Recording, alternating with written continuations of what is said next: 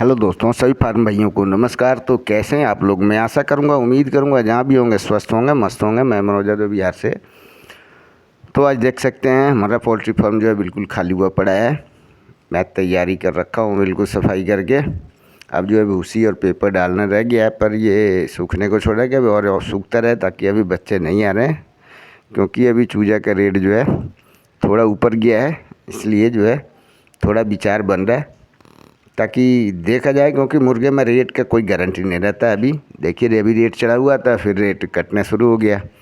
इसलिए जो है चूजा डालने से पहले बड़ा सोच विचार करना पड़ रहा है, ताकि नुकसान ना हो। तो मैं आज एक वीडियो दे रहा हूँ। हमारे बहुत सारे फार्म भाइयों का कमेंट्स में आया हुआ था कि मतलब इंजेक्शन क्या बोलते हैं, वैक्सीन वैक्सीन कब दें कि ना दें। तो मैं इस वीडियो को शुरू करने से पहले मैं अपने सभी फार्म भाइयों को एक छोटा सा रिक्वेस्ट करूंगा कि अगर आप हमारे चैनल पर नए विजिट किए हैं तो प्लीज़ चैनल को सब्सक्राइब करें, ज़रूरतमंद दोस्तों को शेयर करें, लाइक करें और बाजू में दिया हुआ बेल आइकन को भी अवश्य दबाएं, ताकि सबसे पहला नोटिफिकेशन आपके पास जाए। तो मैं शुरू करता हूँ अभी का वीडियो कि वैक्सीन जो है, वैक्सीन देने से मैं मना नहीं करूँगा कभी किसी फार्म भाइयों को, पर मैं बहुत कम देता हूँ। कभी ऐसा ही होता है जो मतलब ज़्यादा ही मतलब कि वायरल का खतरा रहता है तो दे लिया, नहीं तो मैं वैक्सीन नहीं देता हूँ।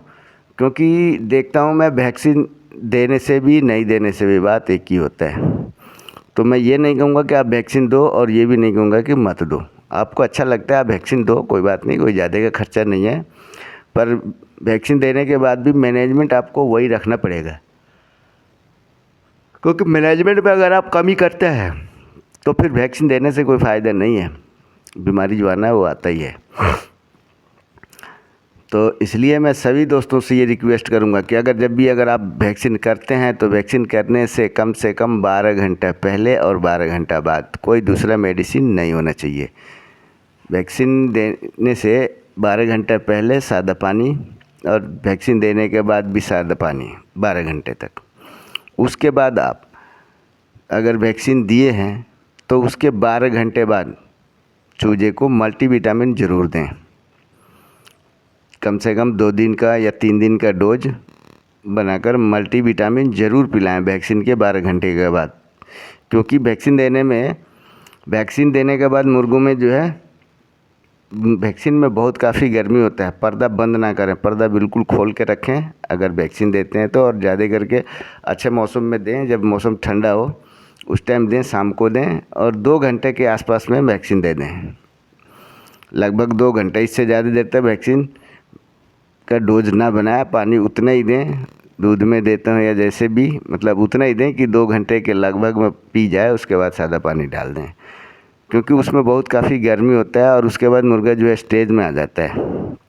उसके बाद जो है मुर्गे को सर्दी जुकाम होने का संभावना हो जाता है, यानी सीआरडी होने की संभावना हो जाती है। अगर सीआरडी होता है और सीआरडी में तुरंत ट्रीटमेंट नहीं करते हैं तो जो है मतलब कि 2-4 बीमारी साथ में आ जाता है, जिसमें एक नंबर होता है गेमरो और इकोली। तो अगर गेमरो आता है, अगर गेमरो आ गया, उसका तुरंत ट्रीटमेंट नहीं किया तो गेमरो समझ लिए 10-12 ऐसे बीमारी लेकर आता है।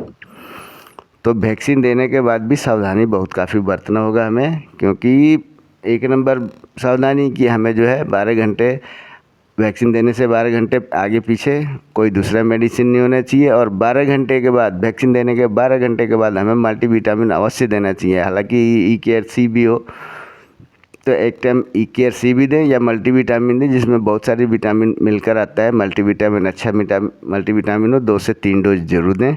और उसके बाद मुर्गे को जो है 12-13 दिन पे तो दे ही करते हैं। और उसके बाद जो है हमें टाइम हो जाता है अपने फीड चेंज करने का। फ्री स्टार्टर से स्टार्टर पर आ जाता है बच्चा।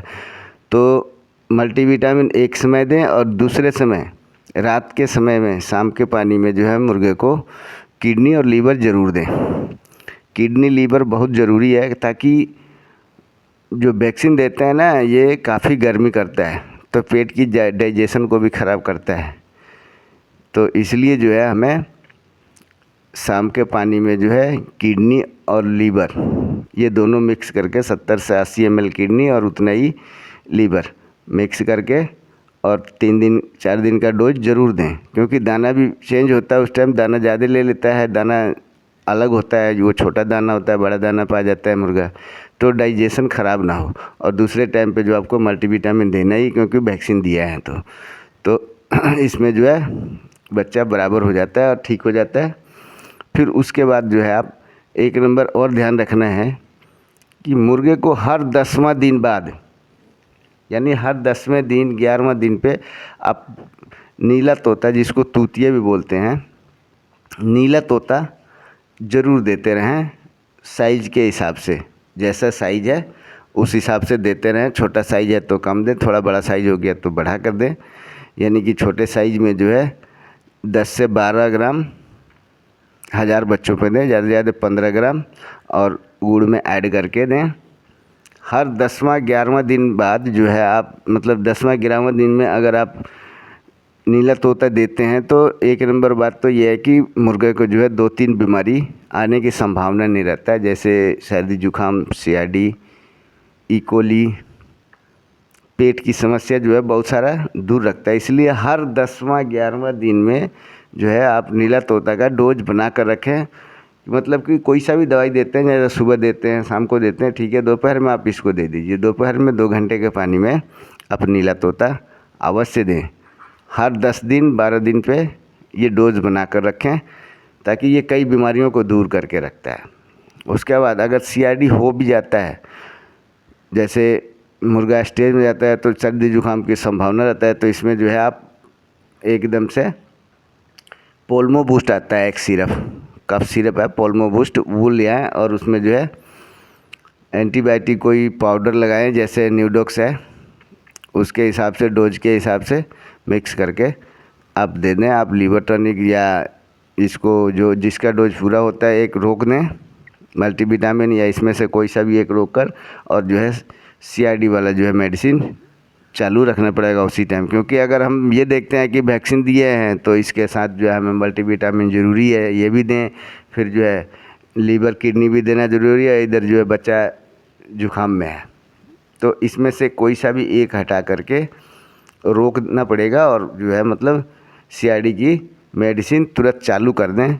उसके बाद फिर जो ज़रूरत हो उसको दें, क्योंकि सबसे पहले हमें कोई भी अगर बीमारी आता है उसकी ट्रीटमेंट देखना है, बाकी बाद में देखना है हमें। और अपने बीट, मुर्गे के बीट पर ध्यान हर समय रखें। अगर बीट पर ध्यान रखेंगे, बीट की निगरानी रखेंगे कि कैसा बीट कर रहा है, तो आप जो है तुरंत ट्रीटमेंट चालू कर देंगे बीमारी का, उस बीमारी का, और मुर्गा जो है बिल्कुल स्वस्थ हो जाएगा, तो मोर्टालिटियाँ नहीं होगी। अगर नहीं देखते हैं, वही जो है 2-4 मुर्गा जब मरना शुरू हो जाता है, मोर्टालिटी शुरू हो जाता है, तब देखते हैं कि हमारा ये होगा, तब तक बीमारी फैल करके आगे से चला गया होता है, फिर उसमें हम ठीक करते करते तब तक नुकसान पहुंच जाता है। इसलिए मैं सभी फार्म भाइयों से रिक्वेस्ट करूंगा कि बीट पर ज़्यादा ध्यान दें। अपने फार्म पे जब भी आते हैं अपने मुर्गे की बीट का ध्यान रखें, बीट की पूरी जानकारी रखें कि कैसा बीट कर रहा है, क्या है। उसके बाद जो है आपका पोल्ट्री फार्म सही सलामत चलता रहेगा और जो है कोई दिक्कत नहीं आएगा। तो फिर मैं चाहूँगा कि अगर ये वीडियो आपको अच्छा लगा हो, पसंद आया हो, तो प्लीज़ चैनल को सब्सक्राइब ज़रूर कर लेना और बाजू में दिए हुए बेल आइकन को भी अवश्य दबा लेना, ताकि सबसे पहले नोटिफिकेशन आपके पास पहुँचे। तो मैं आज के वीडियो यहीं समाप्त करता हूँ और मिलता हूँ कल के नए वीडियो में। जय हिंद, जय भारत।